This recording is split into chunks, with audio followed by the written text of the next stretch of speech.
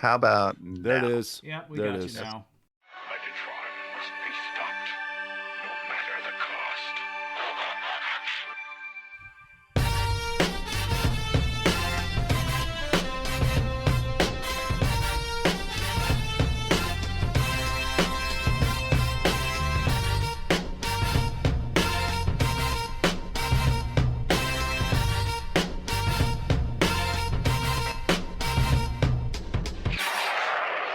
Cybertron!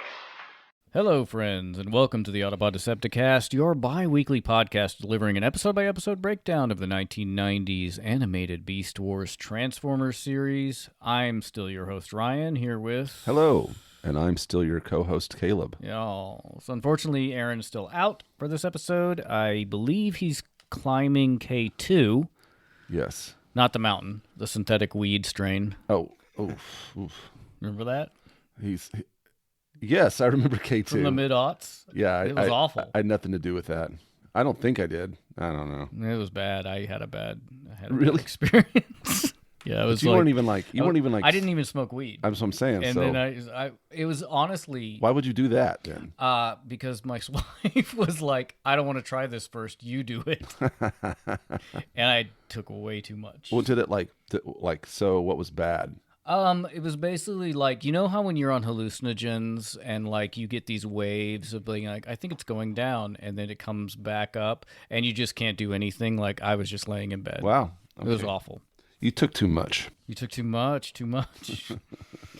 But just because Aaron is gone doesn't mean we're alone here. No. I'm going to bring him in before I ask if anything is new with anyone, just so Right. he doesn't think he has to be silent. And maybe he can weigh in on K2. Today we have owner, operator, madman behind TFU.info and the host of Transformers University Podcast. Welcome back to the show, Anthony Brucali. Hey. How are you, sir? Hey, gentlemen, how you doing? We're doing good. How are you? Yeah. Doing good. Welcome to the show. there. Yeah. Excellent. Yeah, good to have Do you have you any on. K2 stories? Yeah, any K2 stories? No. I've had. I certainly have stories of certain friends of mine being on shrooms, but nothing on Right. nothing about K2. Yeah, I've done shrooms a couple of times, and I just, it's not, it's just like you got maybe 2 days Of recovering. or like a day. Like the one day is doing shrooms, and the next day you're going to feel like shit. Yeah, So- I can't bounce back. Especially, I guess at my age, yeah. I always say it saps my serotonin. I don't know if that's that. I just feel low the next day. Mm-hmm. So I don't do it so much at all. All right. Good news. I was gonna say I'm the friend who's never done any of that stuff, but I love watching people and telling them their own stories after the fact. Yeah. Well, I guess I could ask you, Ant, at the end of this episode, if you prefer. I don't think we're giving out too many spoilers here if you're listening to this, but if you want to tell us why you chose this episode. Sure, I can do that without spoilers. The spoilers are actually a big part of this episode's story. What I would say is this is my all-time favorite Transformers single episode. Mhm. I remember when it first aired. I remember I was part of the fandom, the online fandom, as season 2 was airing. I feel like season 2 of Beast Wars is probably my favorite single season of a show. And Code of Heroes starts a 5-episode arc of what I consider possibly the best 5 consecutive episodes of anything in Transformers. I would, I could agree with that. Sure. Without And you might even be able to go back one. Bad Spark. It could you could probably go 6 episodes with this if you really wanted to push it. But I feel like this episode, I like to start here because this is really probably one of the greatest single episodes in the history of the brand. Yeah, it's I think it was I have this way later, but I think Larry DiTilio said that this was the best episode of this series, even though he didn't have anything to do with it. But in remembering this, and in rewatching this, I'm like, yeah, I could see how this is definitely the best episode of this series, if not one of my favorite episodes of Transformers for sure. It's a bummer. But we just recorded Bad Spark, and where Rampage shows up, and I don't remember a ton about Rampage other than the conceit of him having Starscream's immortal spark. Do you remember much about how that character develops at all, or? I would say you'll get some more in season 3. There's a bit more history with him, and do we talk? They talk about Protoform X in Bad Spark, correct? Protoform X is Rampage. Yeah, but they mention he is Protoform X. Yeah, Yes. Okay, so yeah, you get a little deeper story on Protoform X and Rampage before he was interesting part of this. Yeah, good. Yeah, and then after this episode that we're recording here, will be Transmutate, which I remember nothing about except there's a weirdo in it. A weirdo with a familiar voice. Yes, Ms. Blue. I'm looking forward to hearing because there's some folks that listen, to try to understand what was late 90s online fandom period, and what did that look like, 25, 27, 28 years ago, so yeah, because I wasn't really. I watched this when it aired, but I was not at the time into, I didn't see any form. I was not online that way. Yeah, we weren't following it that way either. So it's kind of, I'm looking forward to hearing about that as well. The milieu. Mm-hmm. You know what? Let's just get some shout outs in here. Let's shout out the patrons: Alpha Magnus, Debbie, Skeeter, Jeff the Pusherman, Mike Cybert of Mike Cybert Radio, Bono, Michael Tremblett, Roop, Jonathan, Robinus Prime, Safubi Samurai, Chandler, J Soups, Matt from Louisville, Nick the Toy Mad Dad, Ken Bockelman. Bad Ken! Good job. Maurice, Captain Alexis, James and Julia, Michael Ordway, Tim Dubbs, Jason from Cracktastic Plastic, Thomas, Betty Guns, Triclops, Optimal Alex, Simon, New Daniel, Argonus Prime, the Unknown Patron. Brian Jones, Autobot 1000, Zarmat, the Anonymous Patron, Bruticus 78, Johnny Utah, Derek, and Shadow Maximus. And just a few more shout-outs from basically TFCon. Yeah, we left out some TFCon stuff. We did some homework. We talked about TFCon a lot on the last episode, but didn't have a bunch of the details, so I'll just... we got it now. Yeah, so we mentioned we met Big Ken's brother. Little Ken, who had tables there, and that was really cool. His name is Sean. I think I was like, I don't remember his name. I think it was Irving. I don't know why. We also met Heather, who did some really good cosplay. If you want to check her out, it is snarky_enigma on Instagram. And then at Danny Dorina, DANNIDORINA. They do some really cool crochet art. And then lastly, they said they just get a real kick out of a shout out Brittany Pinsero. Yeah, it said to do it really French, which I tried to do, and then I messed it up. Pinsero. Brittany Pinsero. So thank you for listening, and those are the shout outs. Thank you for being and doing all that you do. We did mention Chris before. Chris is also our new patron, but we're still we're not doing a formal yet until we get some feedback, and I don't even know if for all their details. Yep. So that's a pending. They're in the queue. Yes, waiting for release. Yeah. Caleb, what's up? I was just wondering if you would like. I'd like a drink. Yep. Are you making drinks? I have something for you. Okay, let's have it. This is a fun one. Oh, good. Give me a second. Talk amongst yourselves. I'm still kind of sipping on the punch from last episode. The punch was terrible. I don't know why you're. It's not bad. No, it's just doesn't taste like anything special. And I like really dry champagne, so I'm okay with this. I keep asking people. It's unseasonably warm here. It's 80 degrees up here today, and so I'm like, with lack of being able to have other topics. You're in Florida though, right? I am in Orlando, where it was unseasonably cold for about 3 days, and now it's 80 degrees. Now it's 80 degrees, so we're getting that Orlando. It should. I saw flowers, Ryan, starting to rebud on trees, which is distressing. But they should not be doing that. I think it's going to be Get out of here, flowers! You shouldn't be doing that. Yeah. So, thinking about going to Silver Dollar City, but I bet it's a madhouse. Ever heard of Silver Dollar City, Ant? No, but I'm hoping that's a pancake place. It's not. It's a theme park near here that it actually is pretty cool. But it's like old timey, like late 1800s. I think it's supposed to be 1888. 1880. They used to have it like always be exactly 100 years in the past, but it got now you don't want to go back to. They can't have the Western theme and it be 1925 anymore. Right. So they kind of stopped that, but might do that. Do their safety regulations also go 100 years back? They have a train, and a couple of years ago, one of the cars like flipped off the rail and fell on its side, and miraculously nobody got injured. So, but they have some pretty kick-ass roller coasters now. Have you always? No, you're from the Northeast. So I'm from New York, yeah. But as far as Orlando, do you still regularly go to like the parks at all? I mean, No. Yeah, not really.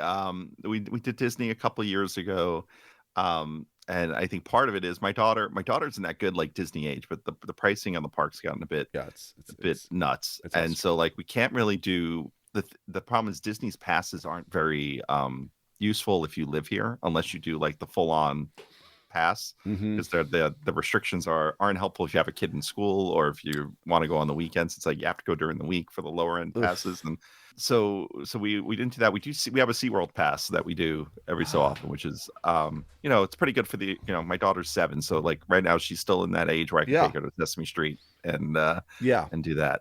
I've never been to SeaWorld. Ryan, you ever been to SeaWorld? No. Would you? Oh no, I'm sorry. That's animals for him. That's animals in captivity. You're not down with that. Honestly, there's not a lot of that there anymore. They do rides now. He says, they're very roller coaster focused. Yeah. I never did go to SeaWorld, but like I know that a lot has changed because of the documentary. Yeah.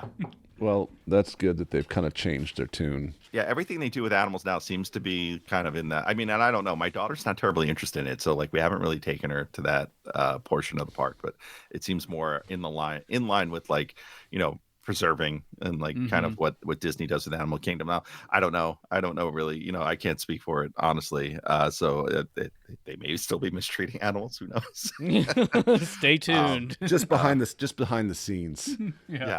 But as far as our experience is really to go to the Sesame Street portion of it and then head home, and then we have some friends that work there, so like sometimes we go there.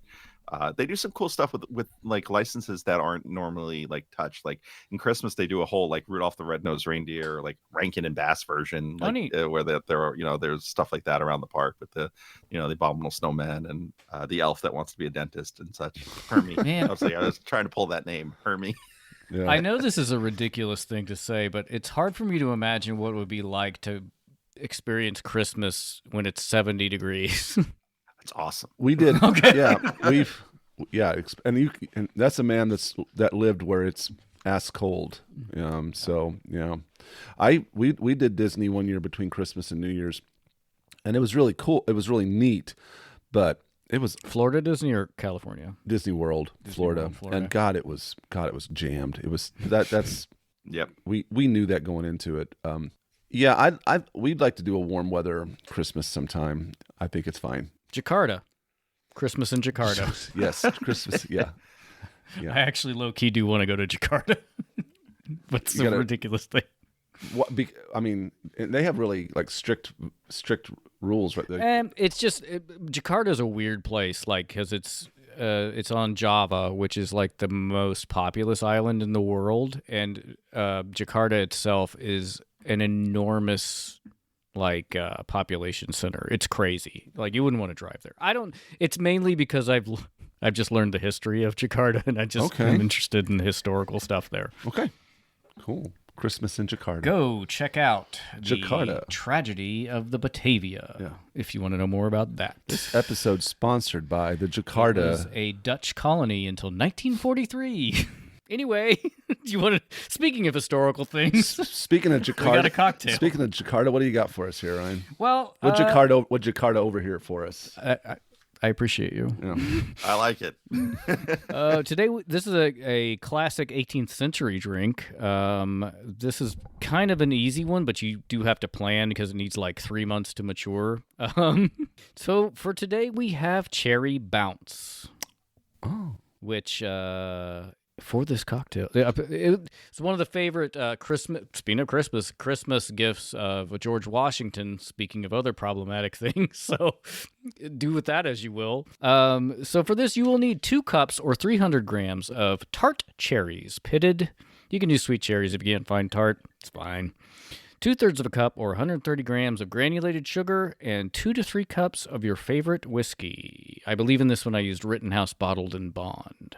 And then you put it in a quart jar, combine pitted cherries and granulated sugar, top of the whiskey, leaving about 1 inch of headspace, cover the jar tightly with a lid, and then shake it every once in a while, and just keep it in a cool, dark place for at least 3 months or a year, up to a year.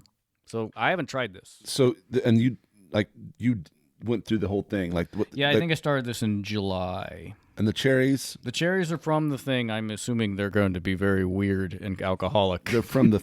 They're what the whiskey was macerated. But you in. just bought some. You just bought some cherries. Mm-hmm. Wow. Or stole them. I don't remember. You acquired some cherries. I stole them from a cherry vendor. Yeah. You know how you see those carts everywhere in town? Cherries. Yeah. Cherries. Yeah. So yeah, I haven't tried this. You wanna give it a? Yeah, let's do this. Cherry Bounce. I think I tipped someone named Cherry Bounce once. Yeah. That is an excellent name. I gotta say, my cousin, I have a good friend whose dad used to make those cherries. But I don't know if we drank the liquid, but we used to eat the cherries, and they're good. Really good. So it's actually really good. Oddly enough, it almost tastes like iced tea, like sweet tea. I get sweet tea. Y'all want sweet tea? Yeah, I like sweet tea. Yeah, I saw them the other night out the club. Sweet tea and Cherry Bounce. Mm-hmm. I will say this is a very dangerous drink. This could because I don't taste it is sweet and it doesn't burn in any way, and it's just this is like literally just sugar and bourbon and cherry shit. It has a very very smooth finish. Yeah, you could get amazing. You could get wrecked on this and not know it. That's good. So stay tuned for the end of this episode. No, audience. we're not. No. I think that's a really tasty drink. It's I would say very smooth. That's a lot smoother than I thought. It's really, really very. That's why I said dangerous. But like, you can also include, if you want, aromatics in the mixture, like cloves or cinnamon stick. Dealer's choice. I went basic because I've never made this before. And then just to serve it, you strain the cherries out. I put it through a strainer and then some cheesecloth, and then pour over ice. Yeah. Or use it in your favorite cocktail. I don't know. This is really good. Way better than the punch that we had last episode. Yeah, good job. So, if you like this cocktail and would like to have your own cocktail featured on an episode, you can do so by just sending us $5 hairs to @apodcast on PayPal. Tell me in the notes what you would like me to make, and I will make that cocktail on a future episode because I cannot make it on a past one. Thirsty, money, buy us a drink. Buy us a drink. Cherry Bounce. There it is. I don't know how often you indulge, Ant, but what's your go-to cocktail? It's for a cocktail. I mean, I think. What was it, the Latchkey Kid? Yeah, Latchkey Kid has kind of become my go-to. It's actually not bad at all. For when I really want to treat myself with a drink. I think I still have like half a bottle of that peanut butter whiskey up there. Oh wow! Well, maybe I'll make that into a peanut butter bounce. Interesting. I'll pour it over salted peanuts, and then see what happens. All right. Well, last episode recap. If you're gonna go shopping, don't get Protoform X. You want to ask for brand name Rampage now with Immortal Starscream Spark included. That's my attempt to do Jack Nicholson as the Joker from the 1989 Batman film. It's hard to do. I can do Jack Nicholson, but not necessarily as the Joker. You're my number one. Guy, that's more Jack Palance. Oh. So, Yeah. let's sacrifice ourselves as heroes by bringing you, the audience, the Season 2, Episode 35, Code of Hero, written by Ian Weir and directed by Bob Forward. All right.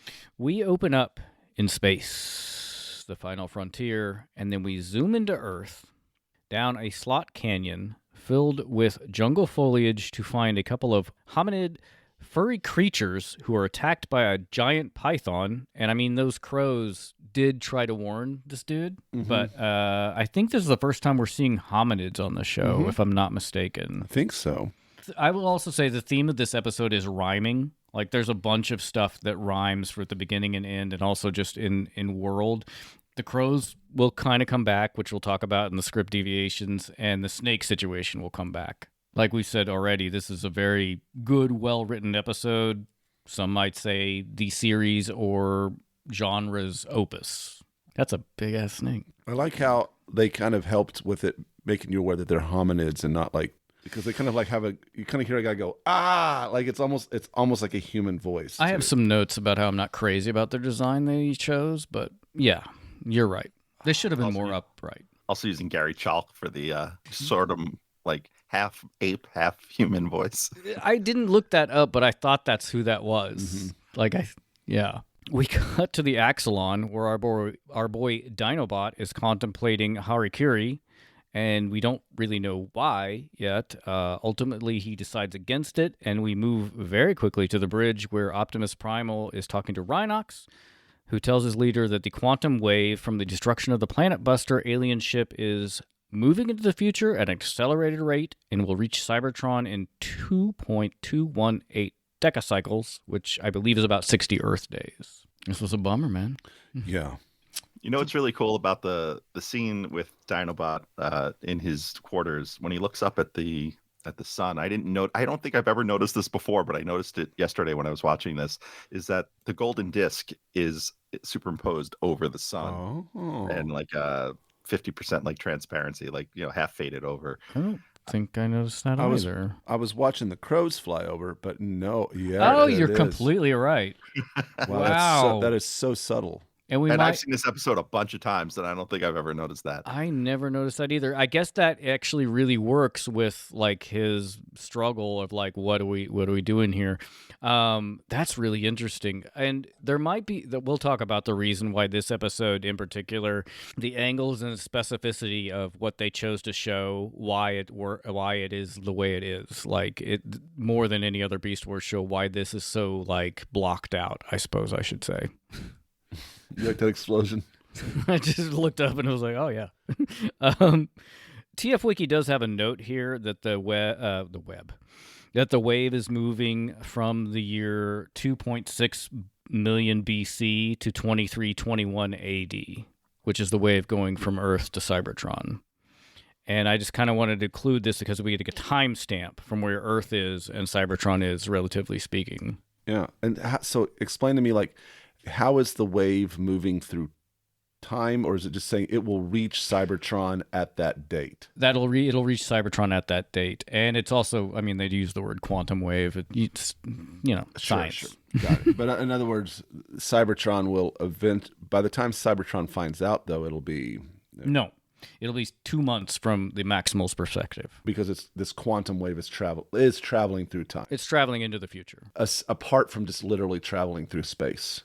Well, space-time is the same. Fine. Yeah, I gotcha. All right. Yeah, and so from the Maximal's perspective, that quantum wave is going to reach Cybertron in 2 months. Then Cybertron will know where they are. Cool. Yep. We cut to Dinobot coming out of his quarters down the hallway, and he and Rat Trap... Oh, I'm sorry. I missed a little bit here. Primal and Rat Trap assume Megatron has come to the same conclusion that they have, that Cybertron will be alerted where they are in 2 months, and that they need to beef up the Axelon's defenses. That is where we cut to Dinobot coming out of his quarters down the hallway, and he and Rat Trap exchange their usual acerbic barbs. But it's a little more serious, because Rat Trap brings up Dinobot's betrayal of giving Megatron the golden disc, which is understandable. And again, as per usual, Dinobot does not choose to explain himself. Let me just capture the end of this response because he does say, Rat Trap isn't wrong. I used to figure I had you pegged. Oh, yeah, he's a slag-spouting saurian, but at least you know where he stands. Guess we live and learn. The rodent's words give off the stench of truth. Destiny has one great test in store for us all. Has mine already come? And have I failed it? A deed once done cannot be undone. Dang, man. But perhaps it may yet be mitigated. Yeah. More Shakespearean stuff. I mean, we get that a bunch from Dinobot. I just love it. So many soliloquies. I didn't put in here like every reference to Shakespeare. If you want to check it out, it's a TF Wiki. It's a lot of paraphrasing of Shakespeare stuff. Mm-hmm. Like the Velociraptor running with a pistol in its hand. Yes, exactly. I remember that from Hamlet. Okay, at the end of the sequence when Dinobot says, "It may yet be mitigated," he has descended from the Axelon, cocked a gun in dino form, which is kind of funny, and runs off into the distance. And that gun looks a lot like Rat Trap's gun, which I may have been a little high when I was writing this, but making connections that don't exist. But it does seem a little symbolic of like using Rat Trap. I don't know, using Rat Trap's gun. I'm probably reaching there. I have several things where I'm reaching in this script. We get Cheetor flying over a snow-capped mountain range where he spots Megatron and our new monster Rampage on the move. They terrorize and open a can of firepower whoop-ass on the cat. Cheetor radios anyone for backup, and Dinobot responds. Cheetor gets injured and heads back to base for repairs, but he says that somebody has to keep an eye on Megs and Rammy, and Dinobot says, "Fear not, someone most assuredly will." It's him. It's him that's going to do it. What was that blue thing again? Was it a little worm? I don't know what that is. Do you know what that is, Ant? Yeah, it's foreshadowing for what's going to happen in a few minutes. Okay. Yeah. I watched this a couple of times and I just kind of skipped over it every time. And I'm like, I don't remember. Well, yeah, and he's looking over at the elk, deer, Aminals. whatever you want to call those. And that'll all kind of come together in a second. Okay. We head to a jungle canyon where Tarantulas has captured a deer-like creature. I don't know, an ibex in one of his energon webs. It's kind of awful. Like, I hate it so much. And there's your foreshadowing. Yeah. Okay. Okay. Oh, it's a web. Oh, Yep. Wow. I did not put that together at all. So in his hidden lab, Tarantulas sees on the monitor that he's captured his prey, and he's extremely excited to go out and fetch his DoorDash right outside the base's secret entrance. So that makes complete sense, actually, now that I'm thinking about it, because I thought the next part we're going to see, Dinobot ambushes Tarantulas. I was like, this seemed to come out of nowhere, but now that makes sense. Also, actually. he's contemplating that he feels like he's caught in a web of destiny as well. I'll take it. Yeah, all right, cool. Oh, I was going to say, and Dinobot here, when he catches Tarantulas, there's a line in there, something and you probably recorded is something along the lines of you were betrayed by the stench of your perversions. Mm-hmm. And that's him kind of confirming what the foreshadowing was from earlier.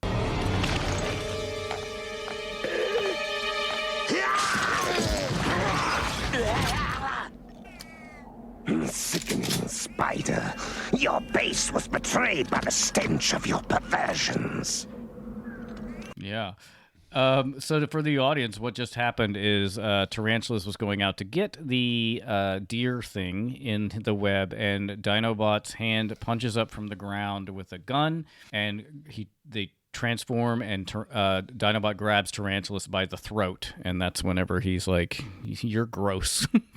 So Dinobot at this part shakes down Tarantulas for information on the golden disc in Megatron's possession. Tarantulas assures him he doesn't know, and that there are no more copies, only the original disc, and that Megatron keeps it on him all the time.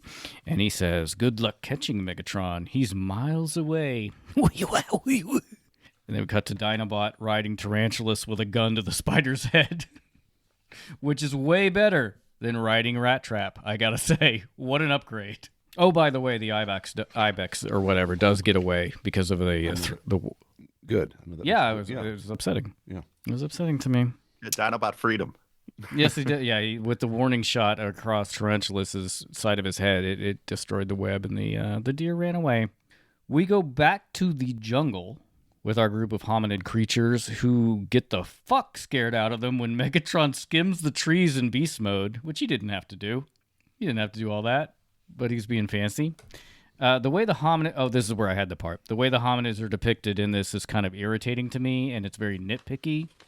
But if we're 2.6 million years out in the past, they should be Australopithecus, which did walk upright. And this creature is it basically walks like an ape, and it shouldn't. That's fine.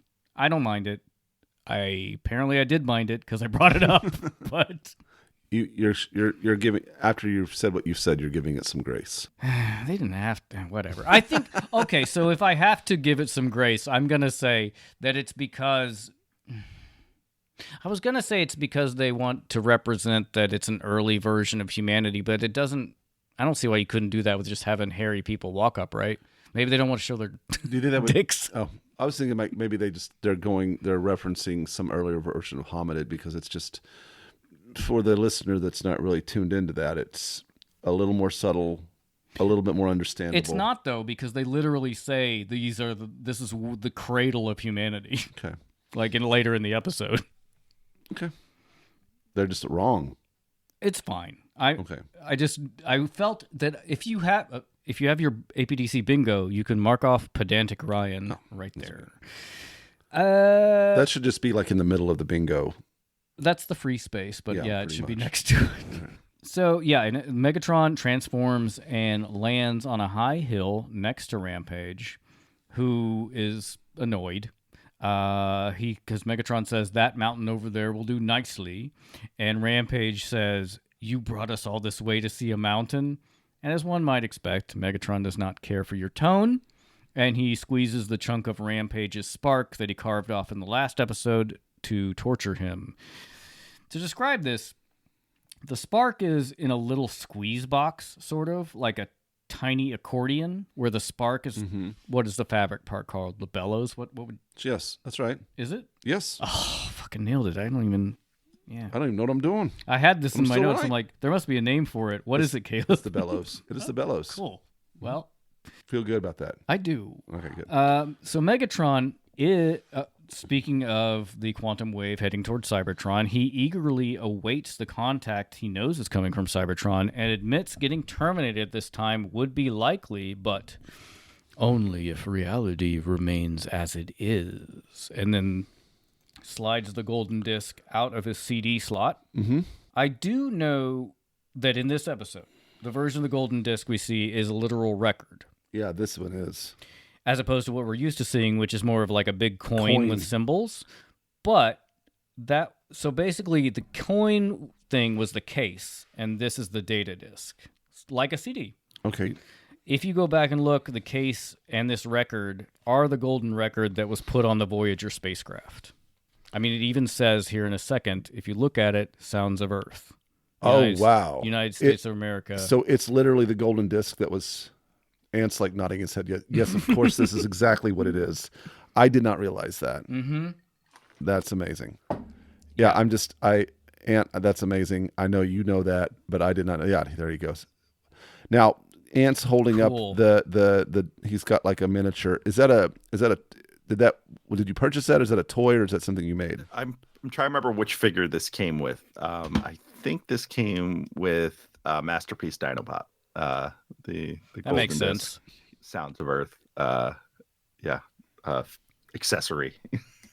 Yeah, and this, I have to go back and look, but I'm almost positive that if the first time the golden disc shows up, it literally is the images that were on the case that was on Voyager, like with the star chart and all that. I believe it is. For anybody who doesn't know. The Voyager spacecrafts were launched in 1977, and there was a golden disc that had a record that was sounds of Earth, and it was a mistake to tell aliens where we are, I feel, and it was launched out and is now in interstellar space. So tell me then, the journey that the one he's holding, how did that get in his hands from Earth? It is an artifact that the Maximals discovered, and he stole it. But it went back in time? No. He is in 23 whatever, and he stole it from Cybertron and brought it here and to the past, even though he didn't intend to go to the past. I thought it was an artifact from the aliens for some reason. I'm just off. Nope. So the original record placed on the Voyager spacecraft didn't include video, but it did have 115 images. So maybe what we're about to see is one of them. It's not, but we don't have time to go into all of what the Voyager program was, which I really had to restrain myself from doing. I thought I comforted myself in thinking maybe after we wrap the series, we can do like a special episode on the Voyager. I have it on vinyl. I have the golden disc on vinyl. Really? I actually do. Oh, that's awesome. Yeah. We'll play it. If we do that, yeah, I'll bring it. So Megatron, with this golden disc, pulls out a tricorder, I'm going to call it, from his claw arm and uses it to read the disc, which projects an image of the same mountain that Megatron is interested in. He tells us that the disc contains images of the future, one possible future, and then orders Rampage to fire. And the crab blows off the top of the mountain. This part is so sassy, where he's like, Rampage is like, you giving me orders? And Megatron is just looking at him, tapping his chest. And yeah, Rampage fires on the mountain. And the shot is through Rampage's cannon. It's Yes. it kind of just solidifies Beast Wars Megatron as a Bond villain, especially in this episode. I think later I call him a malicious queen. So Rampage fires and blows off the top of the mountain. Megatron continues watching the image on the disc, and blip, the top of the mountain in the image from the disc is also gone, which is a time crime. And so obviously now Megatron has the power to change the future by changing the past. We go back to Dinobot and Tarantulas, and the former understands what this means. Reality has become thin, and Megatron at this point has almost limitless power. Back on the ridge of the Jungle Valley, Megatron says the disc claims humanity evolved originally from this very valley, which I guess we'll just capture that, actually. It's a pretty good speech. Now, according to this disc, the human race is destined to emerge from this valley. Humans. Thanks to their interference, the Autobots defeated the Decepticons, and thus it is the Maximals which rule us. But no longer. No. Destiny is about to undergo an improvement. Yeah. Pretty good. So we knew this was Earth. They literally told us this before, but I think this is the most explicit, concise way of like flat out explaining it. And now we basically know that Megatron is trying to make sure that Homo sapiens never evolve, because he's, they helped the Autobots win the war, essentially. Quick aside. Yeah. I just ate one of those cherries. Yeah. It's packed full of... It's crazy, right? I had one earlier this morning. Good Lord. What was smooth in the drink? It's not in the cherry. Not in the cherry. Yeah, it's Oh very my God. pungent. It's a punch in the face. It's a cherry punch. I would take those cherries and dip them in chocolate and freeze them, and I think it'd be really good. That's a fucking great idea. I might do that for Christmas. Okay. Ideas man Caleb. That's me. You do it. You do it. All these things you did, you do this other thing, and it would be cool. Meanwhile, he's already eating your Christmas presents. Yeah. Yes. Dinobot tries to radio Optimus but gets shot in the back by Tarantulas to no real purpose, because then Dinobot uses his laser eyes to cut a chunk of rock and squish the spider. Primal picks up the transmission, and Dinobot calls out a code red situation extreme, and we zoom to see Megatron ordering all of his troops to open fire on that valley destroying everything in it. My brain always goes when he says situation extreme. It's just that Megatron's going to force the hominids to listen to more than words on repeat. Oh, and give him Mountain Dew. The Preds begin destroying the valley. A lot of them go down into it as opposed to just shooting from the ridge, which seems just like, yeah, let's go waste these fucking apes. Oh, God. Yeah. They start laying waste, setting everything ablaze, and then I guess, again, I'm going to say I apologize. I don't know why I'm apologizing, but the capture of like this episode is very heavy, but I feel that it is necessary and Dinobot deserves it. So I was going to get like his speech here whenever he's talking to Primal. We'll be there as soon as we can. In the meantime, fall back and wait for us. Negative. The question that once haunted my being's been answered. The future is not fixed. My choices are my own. And yet, how ironic.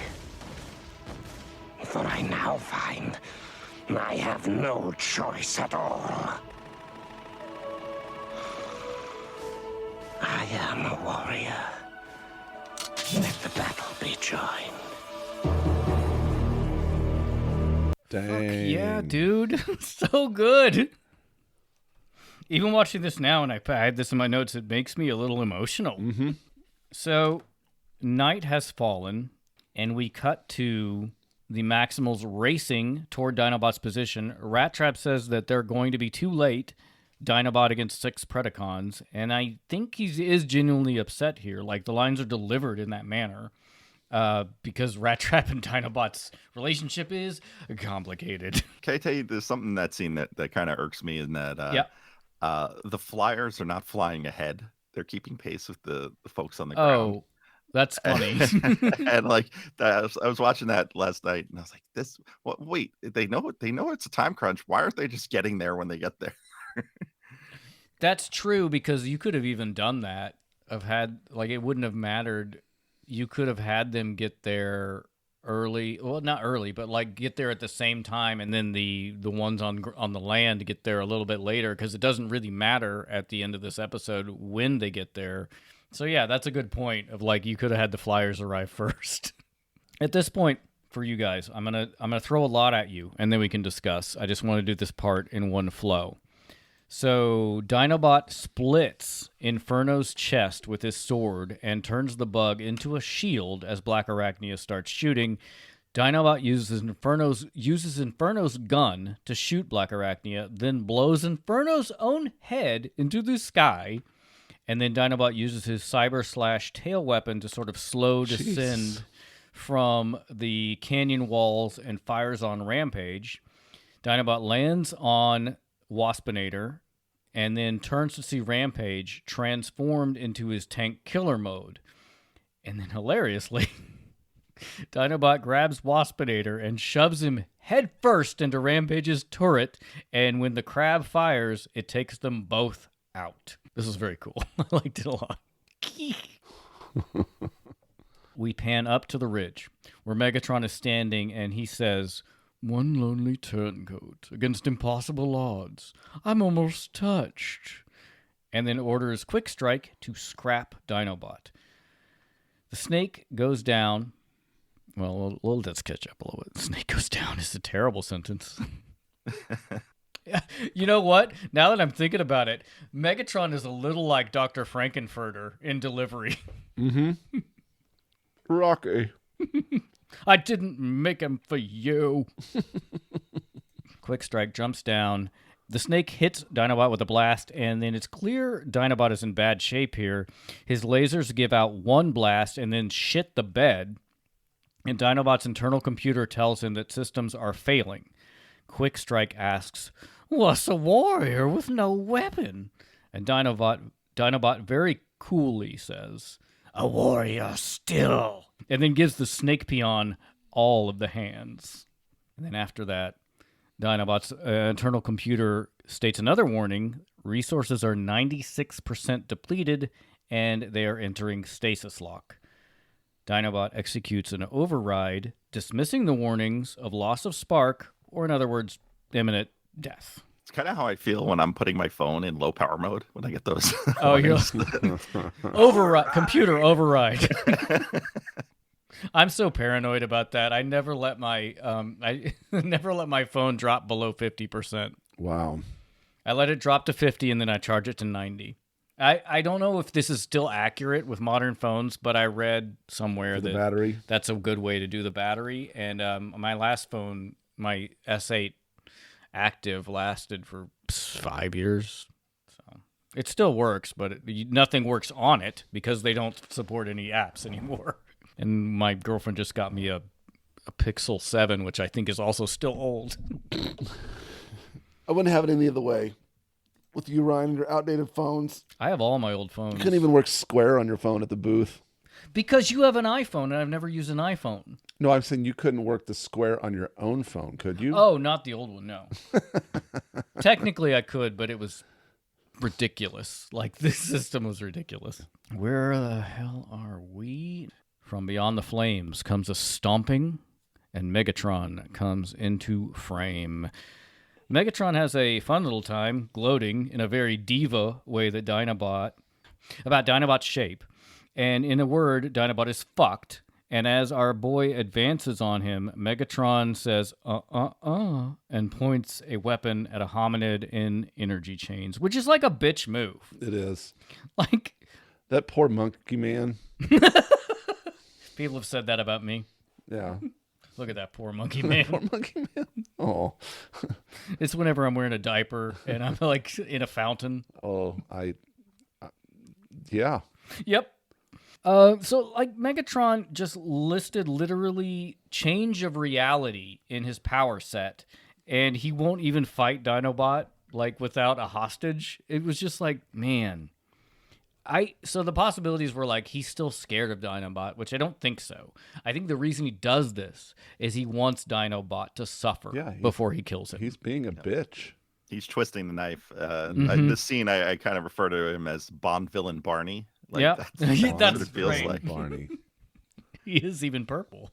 Write that down, Caleb. I've been trying to put into... this is where I said I've been trying to put it into words, but David K. plays Megatron like an evil, megamaniacal drag queen. Especially in this episode, and I fucking love it. But Dinobot does attack Megatron, knocking his arm away from the hominid and literally attacking Transmetal Megatron with a wooden club. It does not go great, so Dinobot's shutdown is imminent now, and I didn't see this in TF Wiki unless I missed it, but does Megatron hear... Okay, this is where I got really... This may be a bridge too far. But does Megatron here twist a quote from the original Transformers series of G1? He says, "Your old technology, obsolete." And maybe I'm just reaching to rhyme with when Prime and Megatron are on the bridge fighting, where Prime calls Megatron junk. That's what you are, junk. I don't know. That's just instantly what I thought of. Of him referring to like 80s animated series? Sorry. What do you mean? I don't know. Ignore what I just said. No, I was just saying Megatron calls Dinobot obsolete. Your old technology obsolete, and it just made me think of Optimus calling Megatron in the original series junk. But I think it's more of just talking about how Dinobot is an old model. He's not a transmetal. He's not a transmetal, exactly. Like when they first landed on the planet, he hasn't been upgraded at all. So no transmetal, no fusor. I just literally, when I heard Megatron say, "Your old technology obsolete," for some reason, in my mind, I connected it back to Optimus Prime. That's stupid. No. I don't disagree. I didn't go there. Yeah, nobody did except me. Oh, yeah, there's a little bit where this is a little foreshadowing where we see the monkey man seeing Dinobot using a club on Megatron. It'll come back in a little bit in a better way, but yeah. His eyes kind of widen like, oh, I didn't think of doing that. And there's a great line here from Dinobot, where Megatron's still kind of twisting the knife and he's basically like, "What are you going to do?" And he's like, "Improvise." Oh, yeah, let's get that. I think I have that in my notes to grab that. Oh, really, Dinobot? A stick? Against a transmetal? I think not. Final warning. Power failing. Jeopardy extreme. Repeat. Extreme. Oh, please. Face it, Dinobot. Your old technology. Obsolete. What can you possibly do? Improvise.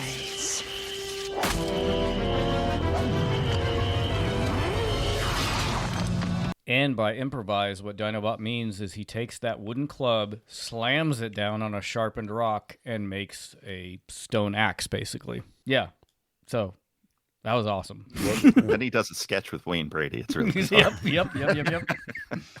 Oh, in answer to what Dinobot can do, as he is such old news, he says improvise. That, honestly, and I understand why they did, but Dinobot's lines in this are so fucking good. Like, I understand, but Dinobot always had the Shakespearean delivery of things, and like especially when he's just talking to himself. This is a great showcase for this character. So yeah, he slams the wooden club onto a sharp rock, meaning he's discovered mining in Civ 6. He leaps, smashes Megatron right in the dome. The golden disc goes flying, and the hominid escapes. Dinobot captures the golden disc and blasts it to smithereens with the very last of his energy. Let me get it. And the scream here from Dinobot also is just, I mean, as far as like delivery, Scott McNeil here really goes over the top, and I mean not in a bad way, not where he's chewing the scenery, but like just above and beyond. I really felt it. Yeah, I really felt it. We'll grab it.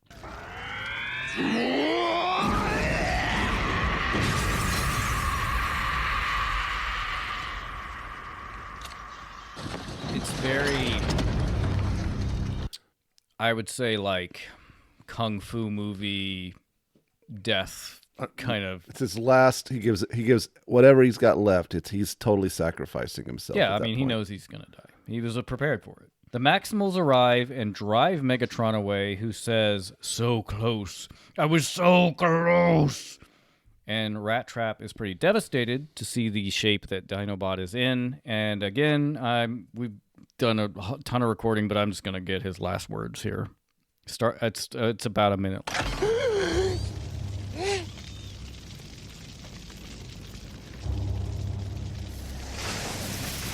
Oh, I didn't never know. Hold on, let me pause this for a second. I never noticed that Cheetor does like fire suppression. Yeah, he drops like foam or fire suppression and puts out the blaze. I never noticed that. There's got to be something we can do. He's too far gone, even for stasis lock. Well fought, my friend. You saved the valley. You saved the lives of those who live here, and of those who are still to come. And then there is nothing to regret. Like I said, you're just a blasted slag spouting saurian, but it's nice to know where you stand. Upwind of you for preference, vermin. Nice. Tell my tale to those who ask. Tell it truly. The ill deeds, along with the good, and let me be judged accordingly.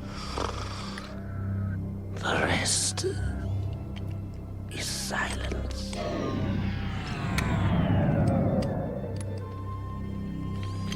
Yeah.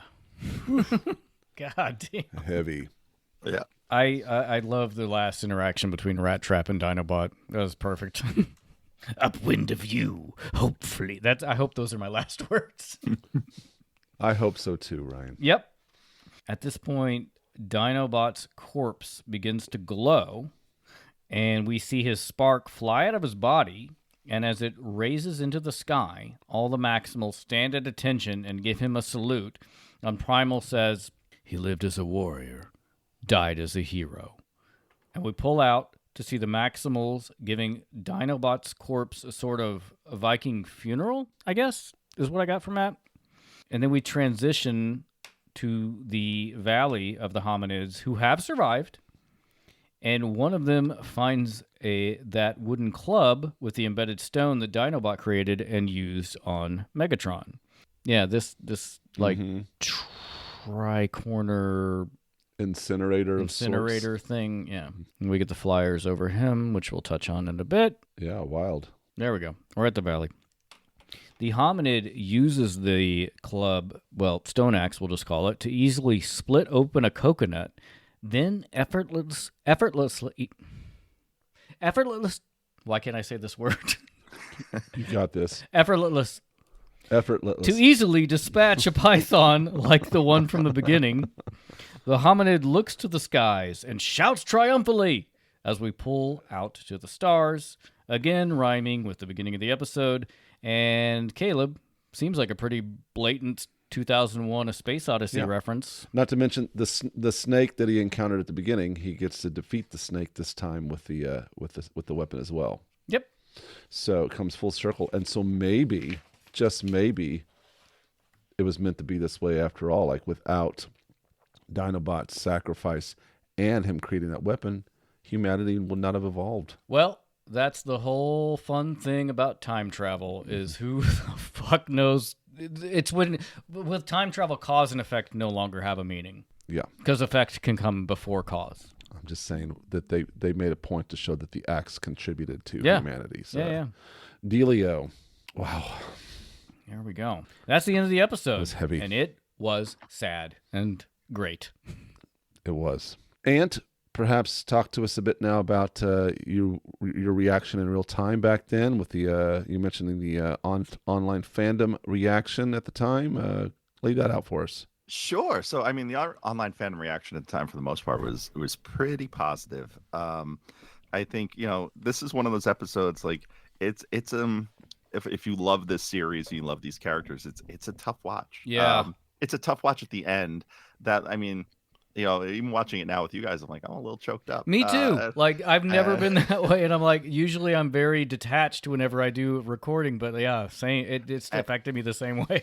Yeah, and I feel like that's happened pretty much every time I've watched it. I mean, I know people who have cried watching it. It's like, there are a handful of pieces of TV that I'm like, that like. It's for some people I know it's like Rudy, which I've never seen, but I always feel like that is one that makes people cry. For my wife, it's always Mickey's death in Rocky 3. Mm-hmm. Oh yeah, and for me, it's Bluey Sleepy Time. But for this is one of those ones, man. It just gets you, and I think back then, like I said, the reaction was almost fairly positive. I think the interesting thing about what this episode, when it aired, and the story behind this is that it was a very different world in terms of how things were, one, shared on the internet, and two, how things were broadcast. So this episode aired in Canada first, prior to it airing in the US by about 2 weeks. So it aired here on March 9th. It aired there on February 28th.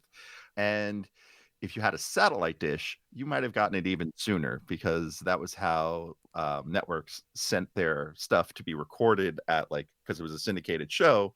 They would hit the local station. The station would in their satellite, they would record it and then have it. I actually didn't know that. I didn't know that either. And so some folks were able to, someone with a satellite dish intercepted half those the season. huge. I forgot all about this. Those huge satellite dishes that were in people's yards. Oh man! So spoilers were out there, and I think the interesting thing here is that this is really, at least from my experience, as far as the fandom went, this was the first time spoilers were a big deal. Don't spoil, people, and the way things were shared on Usenet. So Usenet was kind of the central place for Transformers fandom at that point. It was not really. It was starting to happen on the web with forums, but not really. Mm-hmm. The main bulk of the fandom was on alt.toys.transformers. And for those who don't know what Usenet is, it's kind of a precursor to message boards. It works very much the same way, but it's text only, and it's essentially like email. In fact, you would be able to get to it from Outlook. You would basically open up the group and it would show up like your inbox, and it would just be sender and subject, and you could thread it out and read, whatever the thread was, and every message, like every reply that you would see on a message board was its own like sub email in the thread. And so there were folks that did this, like, who would post either things like Dinobot is dead or Well, RIP Dinobot, or do it without putting spoiler space, which I don't think we really use anymore either. Spoiler space would just be to write something and like have a non like spoilery headline, and then put a bunch of return carriages so that if you opened it, you didn't see what the main thrust of it was about. And so someone would be like, Code of Heroes. So no, and then the next thing you would see would be like, you'd open the message and be like, Dinobot dies. That's kind of funny. I guess I would say a weird modern equivalent would be on our Discord. Sometimes people will put a black bar over something where they're like, you can click it if you want to see this. Yeah, exactly. But it was kind of more of a low tech, a little more low tech version of that. So it really did make spoilers a thing in the fandom. Like, this became arguments. Like, thanks for like basically people ruining the episode. You ruined it, yeah. But yeah, the episode itself was. I mean, I don't think the episode has aged well, and I think the feeling that I have now about the episode for the most part, still the same from the time. Yeah, it was. I really don't have any critiques about it. Like, it's an almost perfect episode in my mind. I've got something interesting to pose. Prime or Dinobot? Who did it better? I mean, Dinobot's death is, I would say, well, it's impossible to say because, like, for me anyway, because like I don't remember a time where I didn't know that Prime died. But watching this affects me more than Optimus Prime dying in the movie, and I think it's just because it's so pervasive, and I just have known it for so long with Optimus Prime. Yeah, it's a tough one. It's hard. I mean, Prime's death is so iconic. It is, and also like that's kind of Optimus Prime's thing. Like, I think I read it in the comics as well, so I'm like, oh, we just bring him back all the time. Yeah, I think Dinobot's death probably is more poetic, for sure. Also, we don't have to argue about Hot Rod. No, we sure don't. There's a bit more of a David versus Goliath in his death too, and that Prime was the leader. Prime was the big guy. Dinobot was not the main character. He was not the he was a warrior, but he was not necessarily he wasn't Primal. He couldn't defeat Primal on that in the first story arc, right? So the idea that he is not just facing Megatron by himself, already damaged, but facing overwhelming odds. Yeah, the whole Predacon army. Yeah. And then the fight scene in here is just, I mean, I think, Optimus rolls off the shuttle and kind of just plows through a bunch of people and gets to Megatron. Like, he has to like literally defeat all these people. It's kind of like almost like a video game. Like it's got like an escalating level of battle. Yeah, that's a good point. Like sub bosses. But no, that's a good point because Prime was so powerful that plowing through those Decepticons was fun and it made sense. Like, but yeah, Dinobot is just a regular guy, and so him taking on all these Predacons, I feel like the stakes are higher and it means more to me.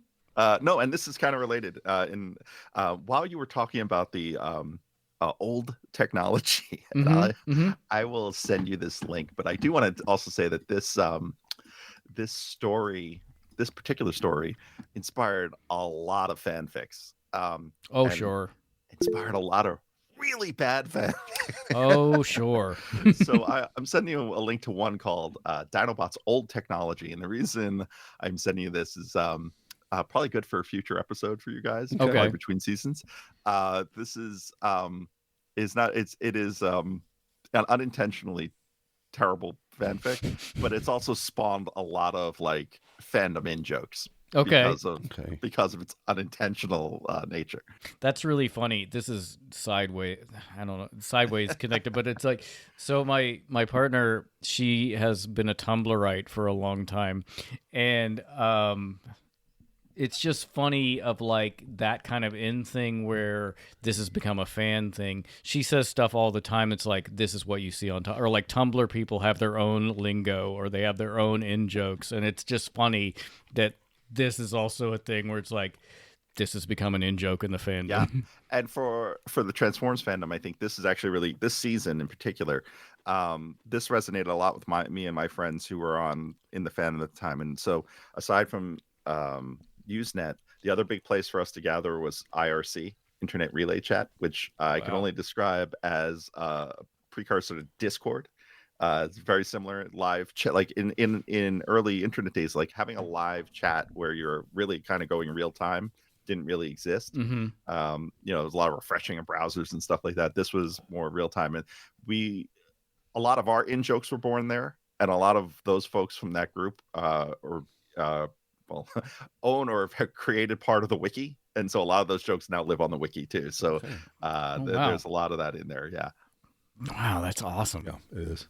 In the real world. This aired in America, in the United States, March 9th, 1998. In the Billboard Hot 100, I've sublet this section to Caleb so he can cover this song. And here I go. Here you go. Continue. Yeah, so this is the first time I've actually been given this responsibility. I gave it to you just because I was getting getting to a choke point where I was like, I don't know if I can do all this. Happy to do it. So we're going to cover the song that was hit at the time, #1 on the Billboard Hot 100 in March 1998. You had Gettin Jiggy With It, the third single from Will Smith's debut solo album, Big Willie Style. I didn't realize this was from his debut album. So it was his debut album, Big Willie Style, from 1997, and then this one, the third song on there, became #1 on the Billboard a few months after. It solidified his transition from the Fresh Prince to this global superstar. Haha. Yeah, it won the Grammy Award for Best Rap Solo Performance in 1999. And it marked a shift from his longtime partner, DJ Jazzy Jeff, although Jazzy Jeff's scratching techniques are reportedly sampled from another song and can still be heard on the track. Oh. And so in that song, the entire verse, the hook, is built around a prominent sample of the bass line and groove from Sister Sledge's 1979 disco hit, He's the Greatest Dancer. Mm-hmm. And you can hear that unmistakable Nile Rodgers, Bernard Edwards chic sound that forms the backbone of the song. Nile Rodgers and Bernard Edwards from Chic went ahead and they wrote and produced the entire Sister Sledge album, We Are Family, which is what this song comes from. Yep. Amazing album. It's Nile Rodgers at his finest. He was so hot at the time, and so hot right now. That album's great. Listen to that. We Are Family. It's got also The Greatest Dancer. Just an amazing hook. It makes this song. In addition, the Mama Say line where he goes like Mama Mama come close. Yeah. It's a interpolation of the famous Soul Makossa hook, popularized by Michael Jackson's "Wanna Be Starting Something." There's a rumor that rapper Nas ghost wrote the lyrics. Nas himself has clarified he was in the studio when Will Smith was writing the track and admits to suggesting a line or two, but he insists that Will Smith wrote the finished song himself. Also, big with this song was, of course, the video. The video was directed by, along with a lot of other hip-hop videos at the time, by Hype Williams. Hype Williams is known for his wide-angle lenses, glossy, vivid colors, futuristic cinema feel, and lots of puffy jackets, lots of puffiness. The music video was primarily filmed across the Las Vegas Strip. Specific locations included the Luxor with its massive Egyptian theme statues, because there's like an Egyptian segment in the video. I honestly can't remember this video at all. The Mirage, the New York Hotel and Casino, where the video closes with Will Smith dancing beneath the replica of the Statue of Liberty. The video won the 1998 Video Music Award for Best Rap Video and was nominated for 4 other VMAs, including Video of the Year, and it was a critical cultural hit. to talk about the title itself, because the word jig has a complicated history. Yeah. Well, the classical jig, the world's earliest origins of the word are European, dating back to the 16th century in the British Isles. The Irish jig is a lively folk dance characterized by its compound meter of 6/8 time with rapid, complex footwork paired with a stiff, steady upper body. The word itself comes like from river dance. Yeah, I could say that could come from that. Yeah. Okay. It was more of the jig dance was more of a freestyle, just like folksy, like bastardized version of probably what Like river dance. Titanic. Like Yeah. the party scene in Titanic. Yeah, I would agree. Yep, you're right. The word itself comes from the Old French word of jiguar. I don't know. I can't good enough. meaning to jump or to frolic. Okay. The derogatory slang part of this, fast forward to American history, and the term took a dark turn, adopted as an ugly racist slur against Black Americans. So by the 20th century, even the non-slur forms of the word in vernacular could carry negative connotations. Sure. But in the mid to late 90s, the term jiggy was already being used in the African-American community to describe someone who was stylish, flashy, or fresh. Mm-hmm. And so Will Smith he stated that his goal was to intentionally take that historically offensive root and flip it into a term of celebration. And he intended the phrase "getting jiggy with it" to mean getting African-American with it. That's an interesting statement, but fine. A positive, uninhibited celebration of Black style music and fun, accessible to everyone. The song's massive success cemented this positive, danceable definition into the mainstream lexicon, completing, according to him, a radical act of cultural reclamation right. Mm-hmm. And having that expressed on the Billboard Hot 100 chart. And that is a bit about getting jiggy with it. And thank you, Caleb. It is definitely an earworm song, and he was on top at that moment. I mean, that's why I'm like... He was so big. I guess it's hard for me to remember. I mean, I obviously remember Fresh Prince. It's hard for me to remember when Fresh Prince went to Will Smith. Big Willie style is a pretty big moment of that. I just did... For some reason in my head, I didn't realize this was from his premiere his debut album as Will Smith. Interesting. What did Independence Day, was that 96? 95 or 96? I think it was 96. I would 95. say 95. Okay, so I mean at that point no, 96. Hold on, no, I don't know. Well, you know what? There's no way to find out. Yeah, I mean, but that, of course, that was huge. That was huge for him, and then he pushed that even further. 96. Yeah, then he took that and pushed even further with this solo album. Cool. So at this point, I mean, he was on top of the world. Yeah. I think he's still doing okay. Yeah, he's fine. It's funny. I had a conversation with a friend the other day about boom, boom, boom, shake the room. And I pulled up that video and that's from his days with Jazzy Jeff, and I was like, oh, I thought this was solo, because he the style of the video is kind of like Public Enemy meets Crisscross. It's very bizarre. And it's funny hearing that. And then the other thing about this title, I'm personally thankful for the title of this song, not for the connotations, but as when I was producing sports highlights, and we had to make a graphic for anyone named Miguel, it became Getting Jiggy With It. Oh, wow. I love it. That's interesting. I didn't remember that Shake the Room was still... So that was still with DJ the Fresh Prince. Yeah. Wow. Yeah. That was kind of him trying to transition. Trying to go hard. Yeah. And I think then... That song's terrible. Yeah. But then it's catchy, but you can see where they kind of then changed it a bit, where it's like, no, let's go more like worldwide, fun. And of course, now Rogers came into play with that. Boom, shake, shake. Click, click, click, boom. While we're on the Fresh Prince thing, because this feels like the group that I can actually have a conversation about. He comes up a lot. He comes up a lot with Yeah. us. All right, so let's go back to the first album. Yeah. Because that was one of the first tapes I ever had. On Nightmare on My Street, there's a line in that song that still sticks with me, and so he goes, I got Angie, Jeff got Tina, Ready Rock got some girl I've never seen in my life. I want to know what happened to her. What happened to the girl that he never saw in his life, and what was her name? She was never heard from again. What did Ready Rock do to her? Oh man! Oh, Nightmare on My Street. Boom Boom Shake the Room. It was from 1994. Okay. Wow. I'm trying to see what album that was on. Was Nightmare on My Street on the same? I can't remember the name of the album. The same one with I Think I Can Beat Mike Tyson. No. So Nightmare on My Street was on He's the DJ, I'm the Rapper. Yeah. Okay. Boom Shake the Room is from 93, and it was like a B-side to Summertime. Like it was that whole... I remember Summertime was everywhere. Yeah. It had that... It was a very big West Coast feel for all of that. Mm-hmm. Like they were kind of trying to be hard, but also like Southern, like having fun. It's summer. Like we're cruising around. Yeah. I think it was kind of a response to what was going on with Dr. Dre and all that. Benito Ami. Yeah. Benito Ami. I'm pronouncing that horribly. I know, I did too. Te amo. No, I don't, whatever. Anything else about Will Smith, guys? Not right now. We'll come back to him in the future lots.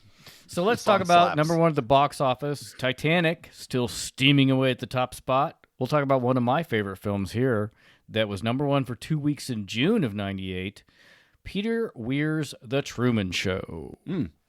And if you've never seen it, this psychological comedy drama was written and co-produced by Andrew Niccol and stars Jim Carrey as the titular Truman Burbank.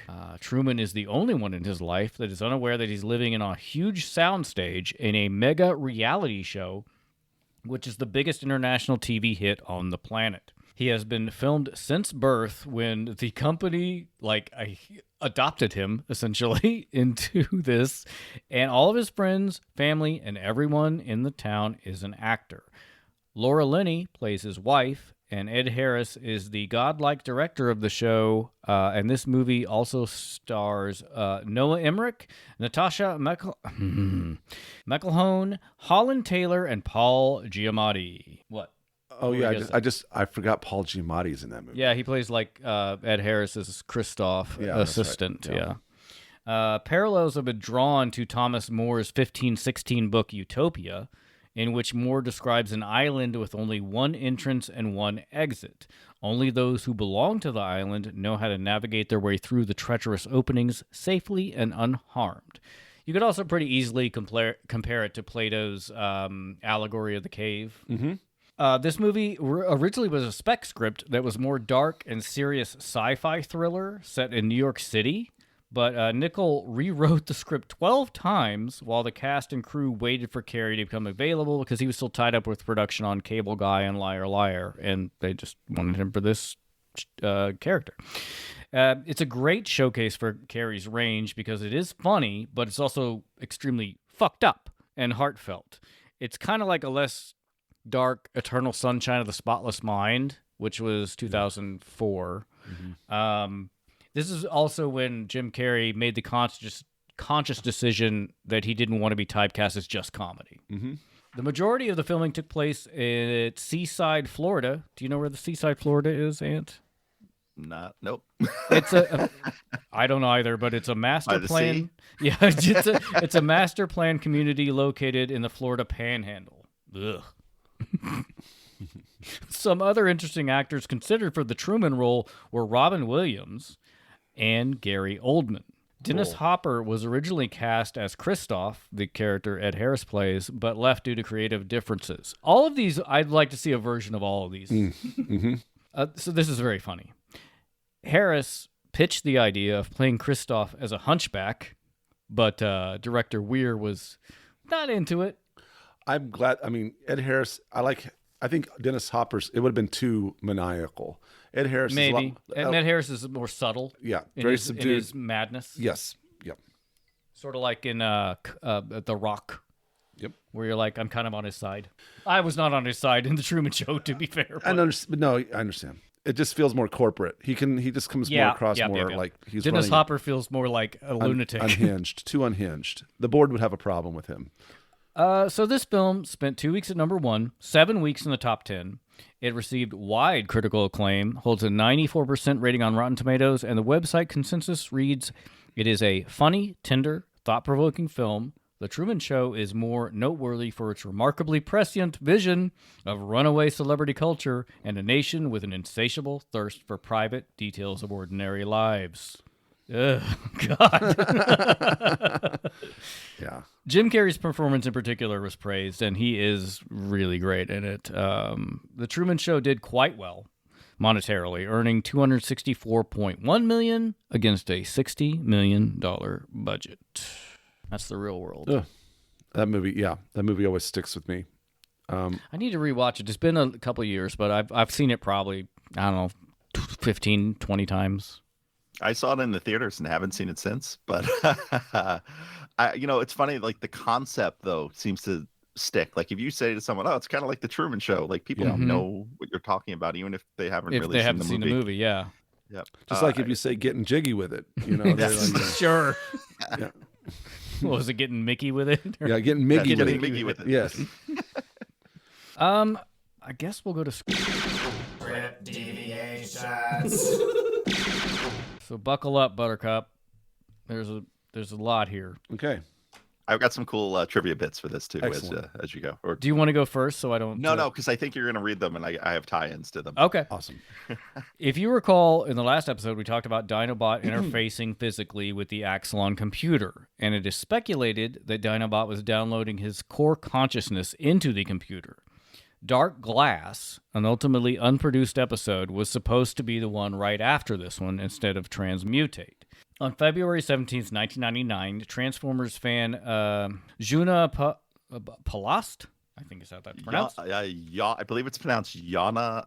Palaste? Dutch it's Dutch. It's Jona Palaste. Is that the second time Dutch has come up today? Yeah, I talked about the Batavia and Jakarta. Okay. Posted at alt.toys.transformers a brief summary of the plot, which had been related to him by Laird DiTilio. So, Rat Trap salvages a computer bank from the Axelon, and in its circuits, he and Rhinox find the core consciousness of the old Dinobot, which you will recall Dinobot downloaded from previous episode. Rat Trap gets obsessed with the idea that he can restore the old Dinobot by getting it into a new Dinobot system. Rhinox tells him this will probably not work, as core consciousnesses without a spark is only an illusion of the person to whom it belonged, and if it didn't work, it just might give the new Dinobot all the old Dinobot's data tracks on the Maximals, which could give the Preds an advantage. Optimus forbids the attempt, but Rat Trap defies this order, and for a moment the old Dinobot does seem to emerge, but as Rhinox warned, he's only a shadow of his former self, and must do everything he can to keep the new Dinobot from regaining control of his body. And this is a weird mental struggle, which on TFCon he says would have been fun to animate. The old Dinobot knows he's doomed to lose this struggle and tries to sacrifice himself again by infiltrating the Preds and taking out Megatron before he can complete his master plan to destroy the Autobots. It doesn't work, and the new Dinobot regains control of his body, only to be blasted by Megatron. Rat Trap comes to accept that his old pal is truly dead and realizes he cannot bring him back. It seems a little convoluted to me. I guess I can understand the idea. I hope that what I explained makes some kind of sense. It doesn't say in the summary how we get a new Dinobot body to house the consciousness. Maybe we'll touch on that in a future episode, but this whole part could possibly contain some spoilers if you know, but no spoilers if you don't.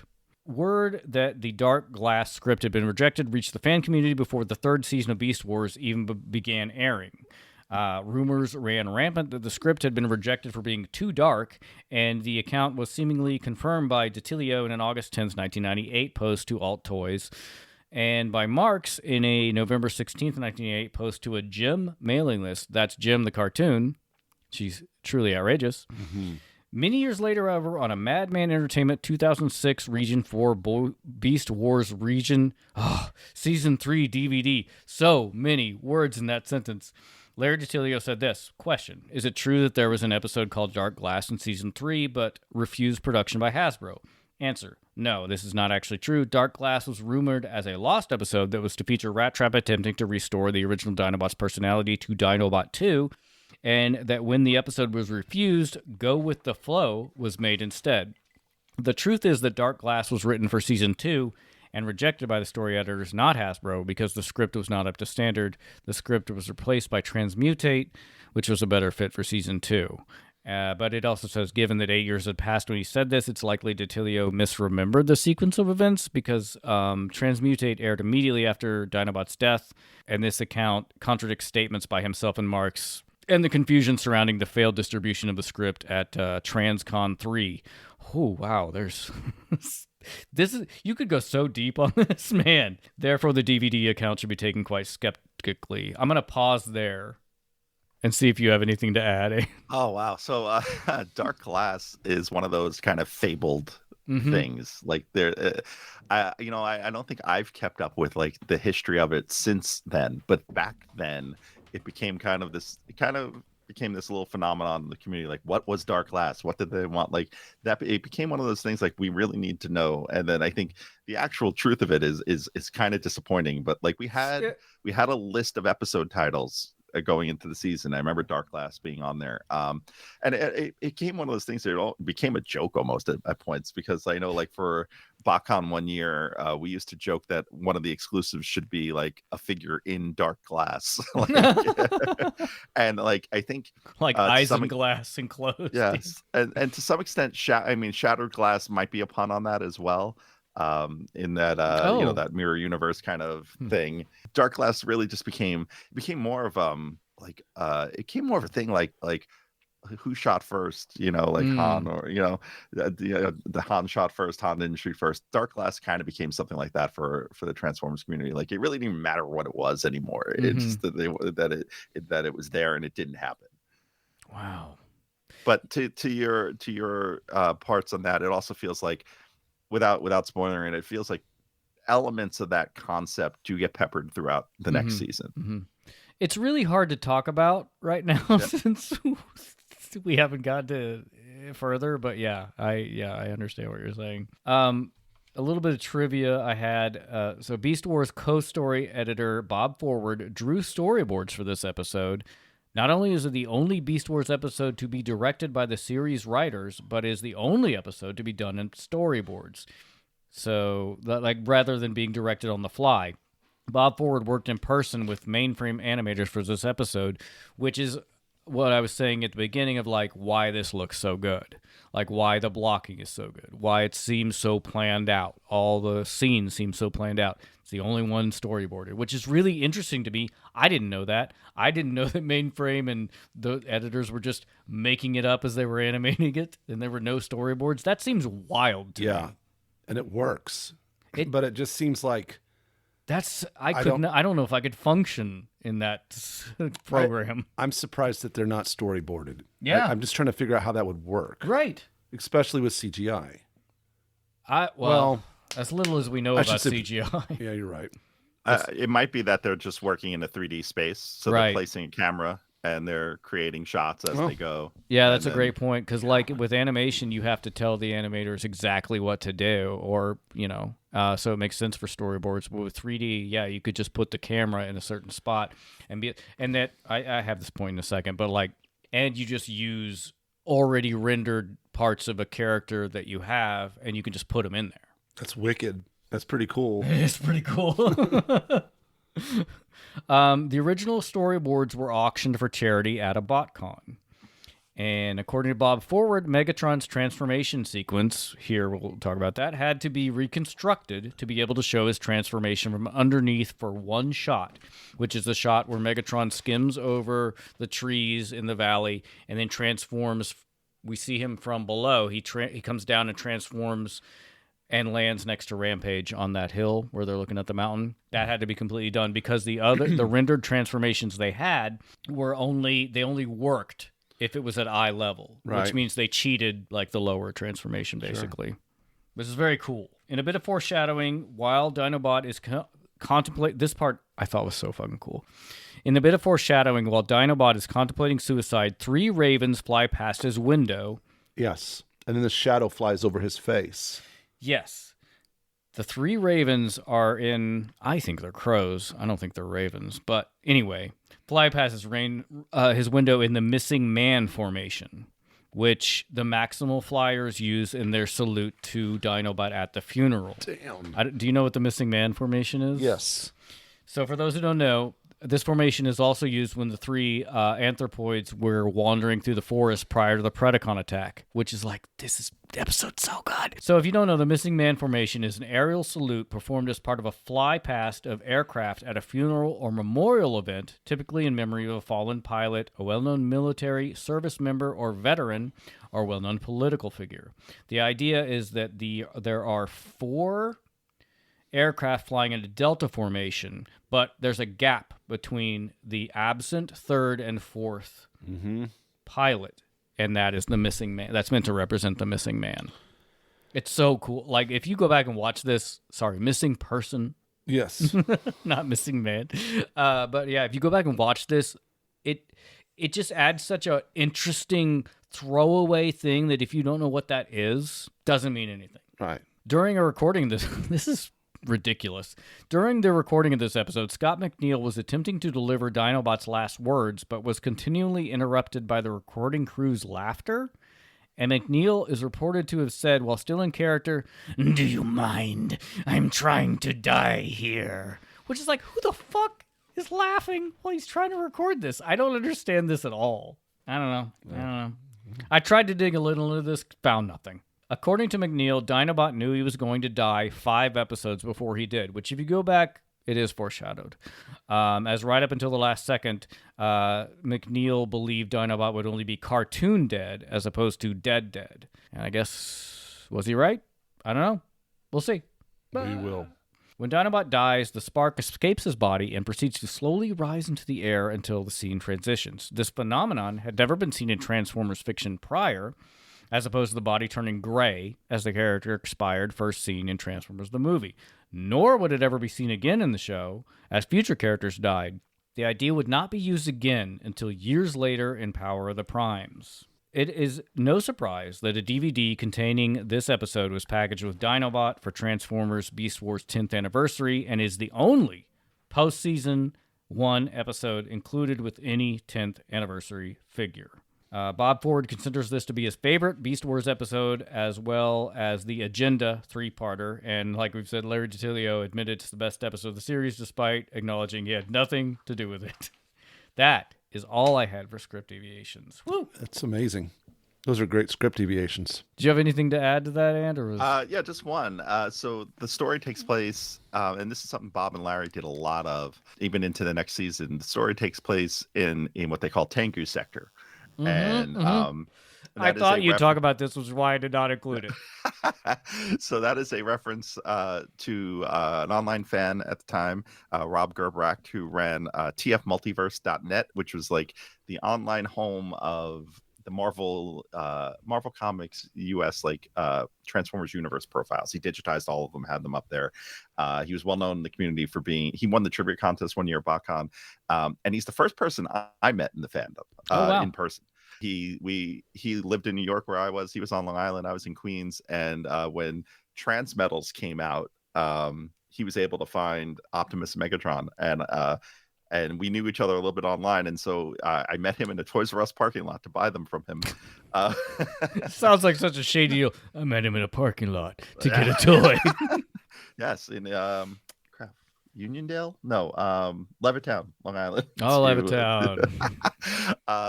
And so, long story short, he ended up going on to work on what was the convention, the official convention after it was BotCon and before it was BotCon again, called the Official Transformers Fan Convention, OTFCC.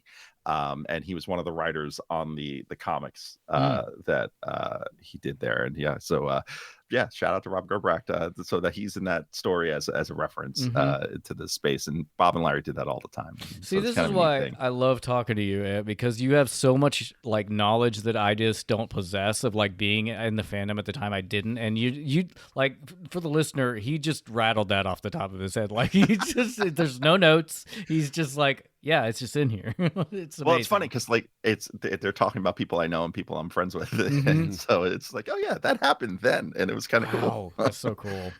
Do we want to rate the scheme? I'm gonna rate So Dinobot, would you consider Dinobot, because he's known about his fate for a few episodes. He's been contemplating. He has his own scheme of sorts. I would not call it a. Would you call it a scheme? I guess I feel like he thinks he has a purpose. Yes, I mean I would rate that as being, and it's got to be a 10 out of 10. But Megatron's scheme is it's pretty impressive. It's amazing.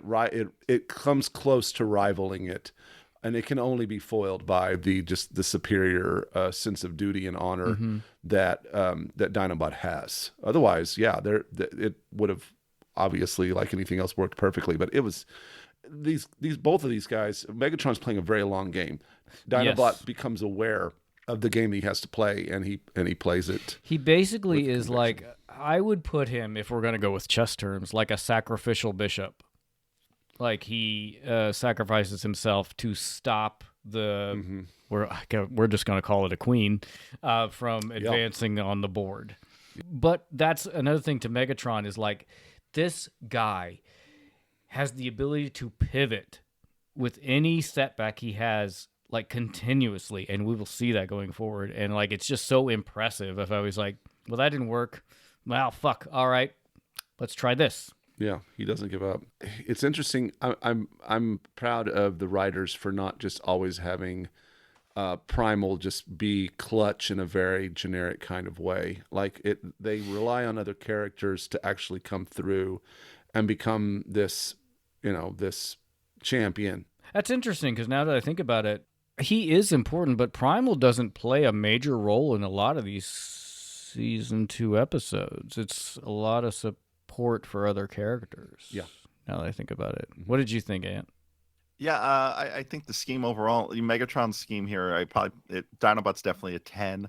Megatron's probably a 9.5. The only thing that I read a kind of a plot hole in there on the wiki last night when I was doing my research for this, about that if they blow up the discs, if they kill all the humans, then there's no one around to make the disc, and then the whole timeline gets destroyed. This is what gets real dodgy when you start working with temporal displacement.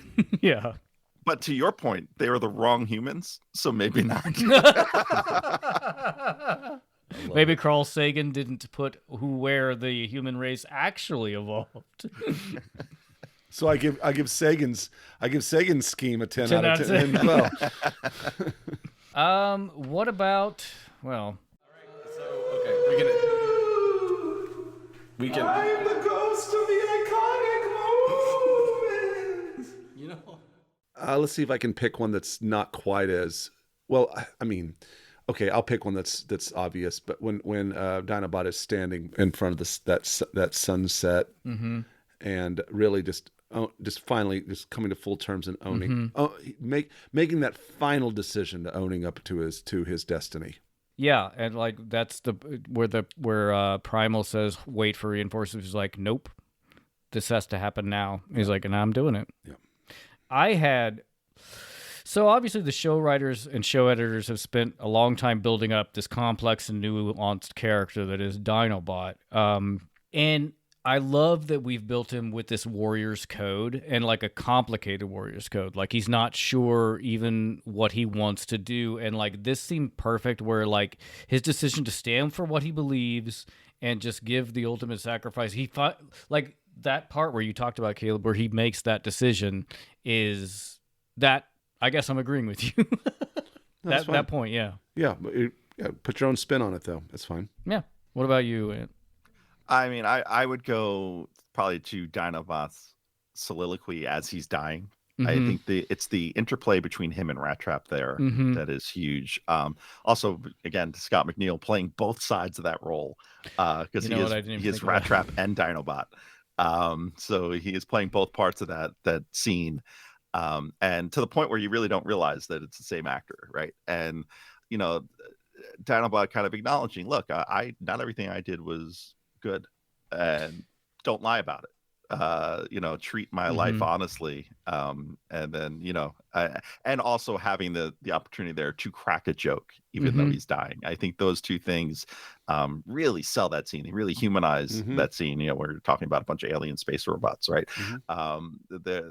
there's a lot there that really, like, that scene is this episode for me. It's as cool as the fight scenes are, as cool as the story is, as Dinobot cutting Inferno in half is got to be up there for me. But like, and then blowing his own head off with his own gun, like, It's hardcore. like some of those things, and they're really intense and really great. But it's that last scene, it's that death scene that it just gets you every time. That's really interesting that you bring that up. Of like, I forgot completely, and of course I knew, but like Scott McNeil playing both characters, I wonder if to some extent that's why the Rat Trap and Dinobot character throughout the whole series works so well, is because he has Scott McNeil has both those characters in his head, and he knows so much about them. Like that, maybe that's why it's so interesting to watch them play together. I don't know. Yeah. And it's crazy because he's 4 major characters on this show. He is, those 2, and Waspinator and Silverbolt. Like, so I feel like you can phone in Waspinator. Well, I think we're going to do it next time. Unless you have anything else to add about this episode. Just one last little thing, and it goes back to what I brought up at the beginning of this being the first of 5 incredible Transformers episodes. Yeah, it's about to get real tight. How exciting! How exciting! They aired consecutive. If I remember right, they aired consecutively on 5 straight days on Cartoon Network. I'd have to really go and check that, but I don't remember them going week to week. Let me look. I have the air date. So and they didn't air in syndication. They aired as a special. Like, normally the show aired on your local syndicated, whatever, WB or Fox affiliate, probably, right? Yeah. Code of Hero aired March 9th, 98. Transmutate the 10th. Agenda and Agenda 1 through 3 the next days. What a week. Yeah. Damn. So not only is it like 5 days of like some of the most tight Transformer storytelling you'll ever see, that this kicked off a week that was kind of special because it had shifted from being on your local affiliate to being on Cartoon Network. I don't remember what time they ran it, but I feel like they ran it at night. I didn't realize that. Yeah, and so this was kind of an event because we were stuck waiting. Like, so when did Bad Spark aired? I feel like a while. So February 22nd. So we're talking 2 weeks between episodes, and then they dropped everything. Wow. Oh, I think that we liked this episode. Yes, definitely. Next time on the Autobot Decepticast. Yes. A big, sweet, fucking weirdo shows up and kind of bonds with both Rampage and Silverbolt, and just maybe we'll hear the return of a familiar voice actor who we've mentioned in both this and last episode of exactly who it is. So that's not the there's no tension there. You say you blew the surprise? Oh, I love that. Anthony Bergali, thank you so much for being on the show. Tell us your plugs, where people can find you should you wish to be found. Sure. So I host a podcast called Transformers University. You can find it everywhere you listen to Autopod Decepticast. We are up to episode 161. I've just started working on 162 as we're continuing our way through 1988 and Master Force in Japan. And so doing that, I think manga is my next episode. And then we'll go back to doing a few more episodes of the show. You can also find me on Blue Sky at tfuinfo.bsky.social, and you can find the website, the Toy Archive, at www.tfu.info. Nice. Yeah, look, I will say it's a pleasure to have you on the show, and it's always like Ryan was saying earlier, and it's His obvious encyclopedic knowledge. So we're really flattered that you. You might say he has a university of knowledge. Yes. So we're really flattered that you look forward to talking to us because we're kind of, we don't have the knowledge that you do, so we're just flattered that you're able to come on and just give us the time of day. Give us all the details. I love joining the show, and for me, it doesn't feel so much as knowledge as it does experience because I lived through it. I remember because I was 20 years old, 19 years old 20 years old when the show came. No, 19 when this episode came out. So this is just part of like my young adulthood. That's awesome. My college years. Well, should you wish to support us, the simplest way is to give us a review. Apple Podcasts, Spotify, Google Play, like, sub. I'm just going to take like, sub on YouTube off because we have a Patreon. There are several levels of support. Booty Box starts at the $5 level. We got to start planning for the next Booty Box, which might come out in the summer. This episode inspired me to write down a handful of ideas. Cool. So I really like that. Patreon.com/APodDcast. And we have merch at autopoddecepticast.com/store. If we have anything left in stock from TFCon, we do. We have... Want some Beast Wars fortune tellers? We got them. We are the podcast with a merch problem. Yes, we sure are.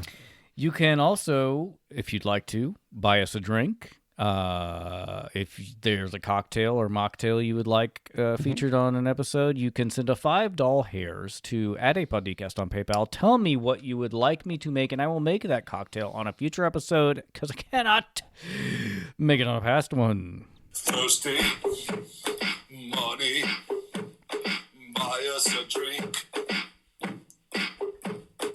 buy us a drink. And there it is. I'm surprised no one has actually mailed us like $5 hairs yet. I would do whatever they asked. It's true. Yeah. Yes, I would too. Well, I may regret that statement.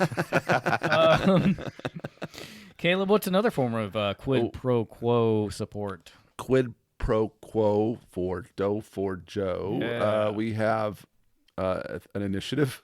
We have a mandate. Yeah, $75. We will cover an episode of G.I. Joe for you. Pick an episode, give us $75, and it's what we do. And we pepper those around. And about one, I try to space them out about once a quarter. Yeah, and so we have some in the queue, and we're really looking forward to doing those. It's a good kind of little breakup of stuff. A little palate cleanser, and to get into a different 80s, genre. Twitter, Facebook, Blue Sky, Threads, Instagram, all at APodDcast. And if you're a patron at any level, you get access to the APDC Discord, which is where we're the most active socially, for sure. Lots of interaction. People talk on there frequently. It's a very great community that's developed over time. Come be a part of it. Yeah, it's like we talk about that real-time interaction. 100%. Yeah. Supplemental material at apodcast.com. There's going to be a lot for these two that we've recorded. And that I think that's all the news that's fit to spit. So until next time, pistols at dawn. Thanks again, Anthony Brukowski. I made you Polish. Thanks again, Ant. I appreciate you being on so much. Happy to be here.